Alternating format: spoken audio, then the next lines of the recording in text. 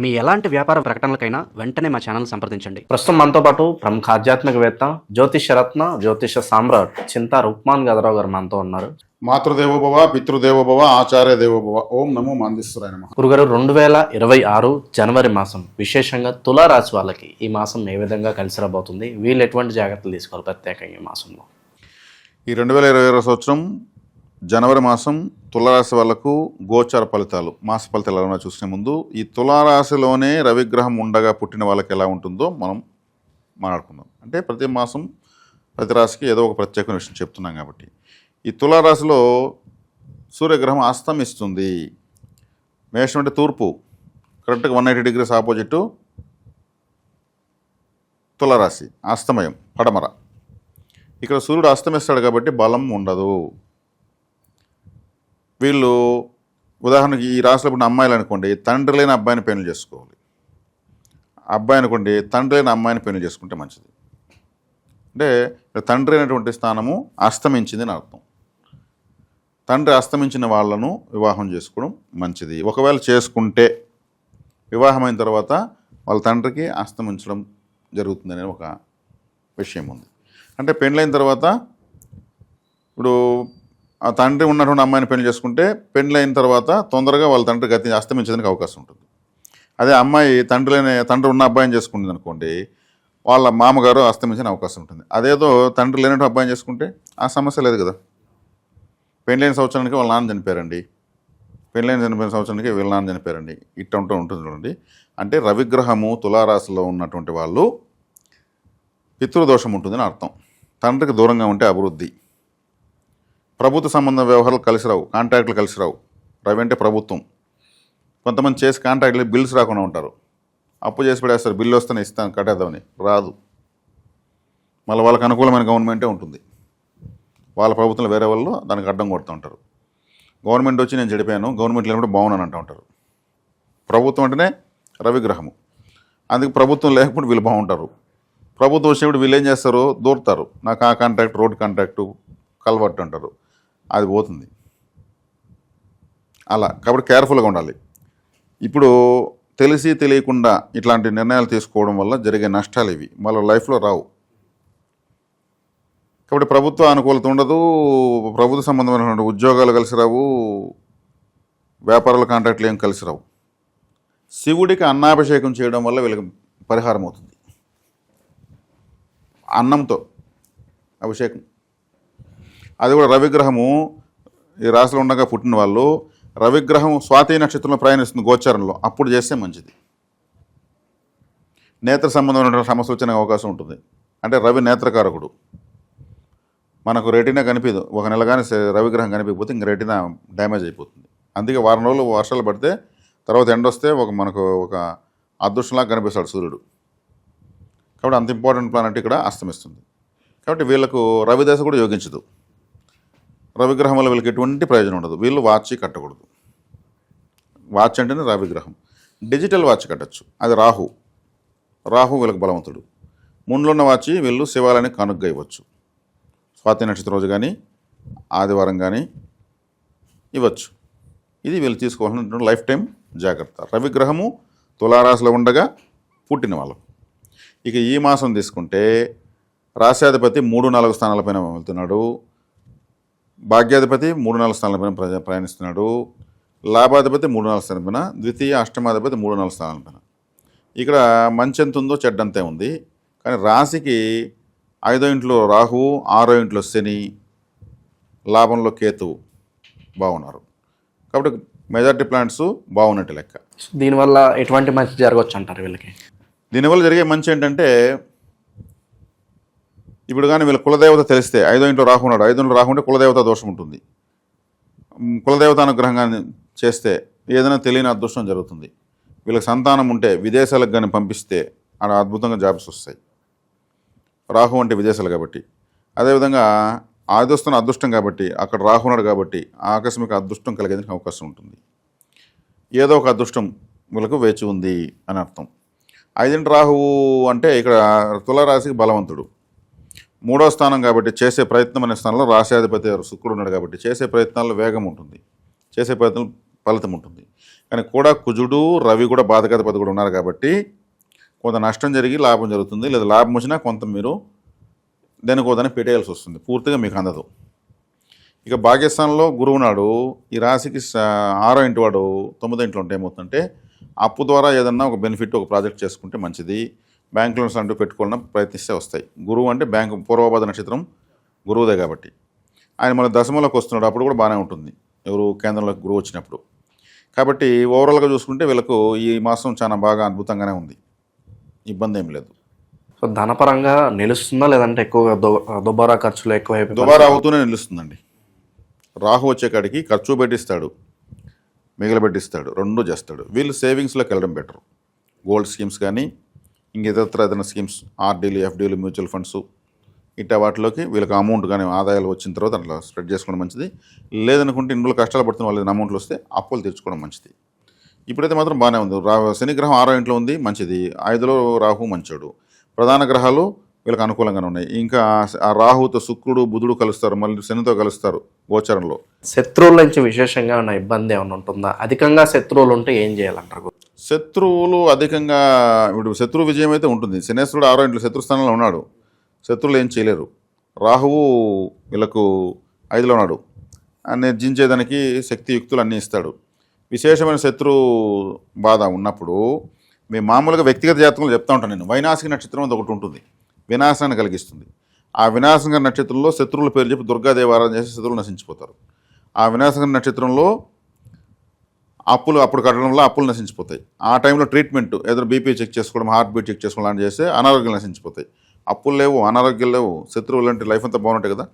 అది వ్యక్తిగత జాతకంలో అయితే మేము పాయింట్ పలానా నక్షత్రం పలానా టైం 6 hours వస్తున్న టైం ఒక నెలకు అది పట్టిస్తాం. కానీ అది లేని వాళ్లకు ఏం చేసుకోవాలి అనేది ఏం తీసుకుంటే ఎక్కువ కాలభైరవ ఆరాధన చేసుకోవచ్చు. ఎడమ కాల కింద మట్టి తీసి గుమ్మడికాయలో వేసి దిష్టి తీసుకుంటూ ఉండొచ్చు. ఎప్పటికప్పుడు నెగిటివిటీ పోతూ ఉంటుంది.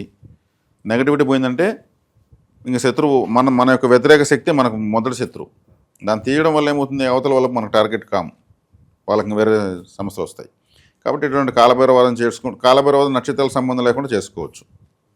ఇది ఏ రాశి వలన చేసుకోవడం వల్ల మంచి విశేషమైన ఫలితాలు ఉంటాయి. ఇన్వెస్ట్మెంట్స్ చేయొచ్చు అంటారా క్యాల్కులేటెడ్గా తీసుకొని? ఇన్వెస్ట్మెంట్స్ చేసి ఎక్కువ డిజిటల్ కరెన్సీలో పెట్టుకోవచ్చు. డిజిటల్ కరెన్సీ తర్వాత తీసుకుంటే కుంభము అంటే ఏమంటే ఒక కలశము. కుంభరాశిలో రాహు ఉన్నాడు కాబట్టి మామూలు జనరల్గా తీసుకుంటే అన్ని రాశుల వాళ్ళకు వ్యక్తిగత జాతకంలో కుంభరాశిలో కానీ ఎక్కువ గ్రహాలు ఉంటే వాళ్ళు ఎక్కువ అదృష్టవంతులు. స్థానం ఏదైనా కావచ్చు, అష్టమే కావచ్చు, 12 కావచ్చు, 6 కావచ్చు. కుంభరాశిలో ఎన్ని గ్రహాలు ఉంటే అంత అదృష్టవంతులు. మకర రాశిలో ఎన్ని గ్రహాలు ఉంటే అంత ఎక్కువగా పని ఉంటుంది వీళ్ళకు. వీళ్ళు కష్టపడి ఎవరికో ఉద్ధరించేదాని కోసం పుట్టినట్టు లెక్క. కుంభరాశిలో ఉంటే వీళ్ళు అనుభవించడానికి పుట్టినట్టు లెక్క. అమృత కలశం కూడా కుంభరాశిలోకి గురువు వచ్చినప్పుడే దేవతలకు లభించింది.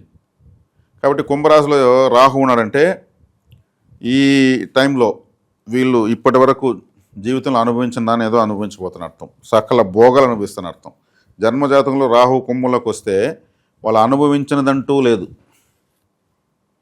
కొంత కష్టంతో కూడుకుని ఉంటుంది, ఎందుకంటే శనేశ్వరుడు కాలపుడికి బాధకాధిపతి కాబట్టి. కానీ మాత్రం అనుభవించే తీరుతారు. అదొక అదృష్టం వీళ్ళకు. కుంభంలోకి రాహు ఉన్నాడు కాబట్టి తులరాశికి. కాబట్టి ఈ రాహు అనేటువంటి గ్రహము వీళ్ళకు విశేషమైనటువంటి శుభాన్ని ఇస్తూ ఉంది. లోటుపాట్లు అంటే ఏం చెప్పుకోవచ్చు గురుగారు వీళ్ళకి? లోటుపాట్లు తీసుకుంటే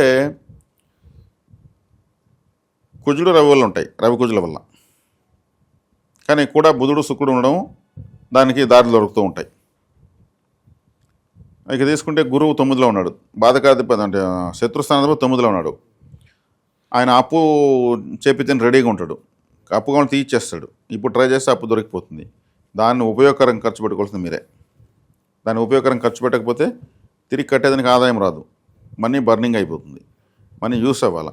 యూస్ అయిందంటే అప్పుడు దానికి తిరిగి కట్టచ్చు.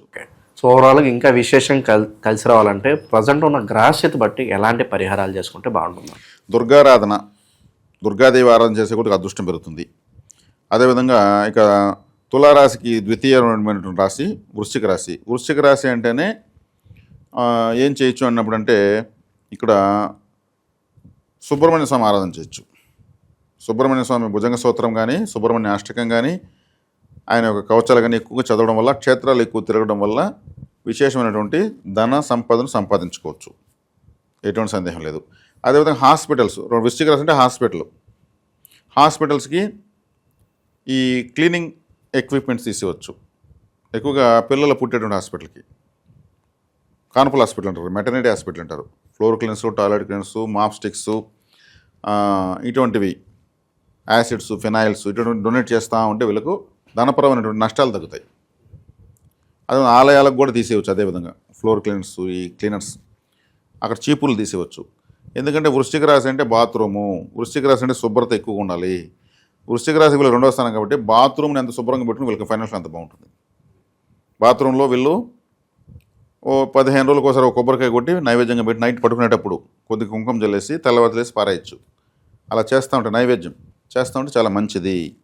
ఎందుకంటే అంటే బాత్రూమ్ అనేటువంటిది ధనస్థానం ఇది వీళ్ళకు. కాబట్టి వీళ్ళు తులారాశి వాళ్ళు ఎక్కువసేపు బాత్రూంలో స్నానం చేయొచ్చు. వెంటనే పోసుకొని రాకూడదు, అది ధనస్థానం ఏంది. నీట్గా శుభ్రంగా మెల్లగా నిదానంగా 10 నిమిషాలు 20 నిమిషాలు స్నానం చేసి వస్తే మంచిది. కానీ దాన్ని శుభ్రంగా పెట్టుకోవాలి, అప్పుడు వీళ్ళు ఫైనాన్షియల్ బాగుంటుంది. తర్వాత మన తంత్రదోషాలయం ద్వారా ఒక అమూల్యమైనటువంటి దైవిక వస్తువులు మేము అందిస్తున్నాం. అందులో భాగంగా ఇక్కడ తీసుకుంటే ఇది అరగజ తిలకం అంటారు, ఇది వశీకార తిలకం అని కూడా అంటారు. తీసుకుని ఇలా పూసుకుంటే చాలు, కనిపించదు, పూసుకొని పోవడం మంచిది. దీనివల్ల అదృష్టం కలిసి వస్తుందని తర్వాత విషయం. జరగబోయే ఇప్పుడు ట్రాఫిక్లో పోతూ ఉంటాము, ఎవడో టింగరోళ్ళు వస్తూ ఉంటారు, వాడు ఎలా పోతాడో తెలియదు. రైట్కి వస్తాడు, లెఫ్ట్కి వస్తాడు, మిడిల్కి వస్తాడు, వాడు ఎటో పోతాడు. ఇట్లాంటి వాళ్ళంతా వస్తుంటారు. ప్రమాదాలు జరగకుండా మనం ఎలా వెళ్ళాం అలా ఇంటికి రావచ్చు. చక్కగా పిల్లలకు పెట్టచ్చు, పెద్దవాళ్ళు పెట్టుకోవచ్చు. చాలా మంచి సువాసన ఉంటుంది. చాలా తక్కువ రేటుకి ఇస్తున్నాము. వశీకార తిలకం ఇంట్లో అందరూ కూడా వాడుకోవచ్చు. అదేవిధంగా కరుంగాలి అనేటువంటి వుడ్లో తాయెత్తు చేయడం జరిగింది. కరుంగాలి వుడ్లో తాయెత్తు, ఈ తాయెత్తు చిన్నపిల్లలకు మరీ ముఖ్యంగా పడుతూ ఉంటారు. 12 సంవత్సరాల వరకు జాతకాలు పనిచేయవు, పిల్లల జాతకాలు పనిచేయవు. 12 సంవత్సరాల వరకు నక్షత్ర ఫలితం ఉంటుంది, 20% పనిచేస్తుంది జాతకం. అప్పుడు బాలారిష్టాలు అంటారు. ఎక్కువ పడడము, ఎక్కువగా వాళ్ళు జ్వరాలు చేయడము, రకరకాల ప్రాబ్లమ్స్ వస్తూనే ఉంటాయి. ఏదో మంత్రిస్తా ఏదో చేస్తూ ఉంటారు. అటువంటి వాళ్ళకి ఇది కరుంగాలి తాయెత్తు మంచిది. పెద్దవాళ్ళు కూడా కట్టుకోవచ్చు. కరుంగాలి ఈ విధంగా కవచాలు వేసి మరి సమర్పిస్తున్నాము. అదేవిధంగా కరుంగాలి అనే దానితో పాటు సెంగాలి అనే దాన్ని కూడా మనం పరిచయం చేస్తాము. ఈ సెంగాలి మాల కూడా చాలా చాలా ప్రత్యేకమైనది. ఆరుద్ర నక్షత్రం అనుకూలంగా ఉన్న వాళ్ళు ఈ సెంగాలి మాల ధరించవచ్చు. కరుంగాలి కన్నా పవర్ఫుల్ అనమాట. ఇది కూడా దీంట్లో కూడా మనకు ఇప్పుడు నేను ఇక్కడ వేసుకుంటాండి, సెంగాలిలో జర్మన్ సిల్వర్ మాల, ఇక్కడ డాలర్ విత్ మురుగన్ డాలర్. ఇవన్నీ కూడా చాలా తక్కువ రేట్లకు వస్తున్నాయి. ఆన్లైన్లో కూడా లభిస్తున్నాయి, వేరే వాళ్ళు ఇస్తున్నారు, ఎక్కువ రేట్లకు అమ్ముతున్నారు. ఎందుకు అక్కడ ఇచ్చేది అంత డబ్బులు ఎందుకు ఇస్తారు? అక్కడ వాళ్ళకి ఒక మాలకి ఇచ్చే డబ్బులు మా దగ్గర 2 వస్తున్నాయి. బెనిఫిటే కదా, అది పెట్టి 2 వేసుకోవచ్చు కదా. తర్వాత దక్షిణావర్త శంఖము, ఇది పెద్దదండి, ఇది చిన్నది. ఇప్పుడు ఇంత పెద్ద మేము డబ్బులు పెట్టుకోలేము అనుకునే వాళ్ళు దీన్ని కనుక్కొని రేటు కనుక్కొని తీసుకోవచ్చు. దీన్ని కూడా పెట్టి పూజించుకోవచ్చు. లక్ష్మీకరమైనటువంటి వస్తువు. ఈ చెవులో ఇలా పెట్టుకుంటే సముద్ర ఘోషం వినిపిస్తుంది. సముద్రం ఎలా ఘోష వస్తుందో అలా వినిపిస్తుంది. అది ఒరిజినల్ అనమాట. బట్ ఈ పవిత్రమైన వస్తువులు ఏమైనా ఇస్తున్నాము. ఏకాక్షి కొబ్బరికాయ అంటారు దీన్ని. ఇలా గొందము కుంకుమ పడేసి పూజలో 2 పెట్టుకోవచ్చు. ఇది కూడా చాలా పవిత్రమైనది. ఒకే కన్ను ఉన్నటువంటి కొబ్బరికాయ అరుదుగా లభిస్తుంది. అండమాన్ ప్రాంతాల నుంచి అక్కడ దొరుకుతాయి. ఇవి తెప్పించడం జరుగుతుంది. చాలా తక్కువ రేటుకి ఇవ్వడం జరుగుతుంది. లక్ష్మీకరమైన వస్తువులు ఇస్తున్నాము, తక్కువ రేట్లకు ఇస్తున్నాము. కొనుక్కోగలిగిన అవకాశం వాళ్ళు తీసుకోవచ్చు. ఇది వీటి కోసమే ఏమీ చేయడం లేదు. తీసుకుంటున్న వాళ్ళు తెలియజేస్తున్నారు ఆ విషయం కూడా. మీరు మంచి వస్తువులు తక్కువ రేటుకి ఇస్తున్నారు. అలాగే ఎక్కువ మందికి ఇవ్వాలని దృక్పథం చేస్తున్నాము. వీటన్ని కూడా తీసుకోవచ్చు, పూజలో పెట్టుకోవచ్చు. ఓవరాల్గా తులారాశి వాళ్ళ పరిస్థితి ఈ మాసం ప్రత్యేకంగా ఏ విధంగా ఉంటుంది, ఎటువంటి జాగ్రత్తలు తీసుకోవాలి, చాలా బాగా వివరించారు. ధన్యవాదాలు. ధన్యవాదాలు.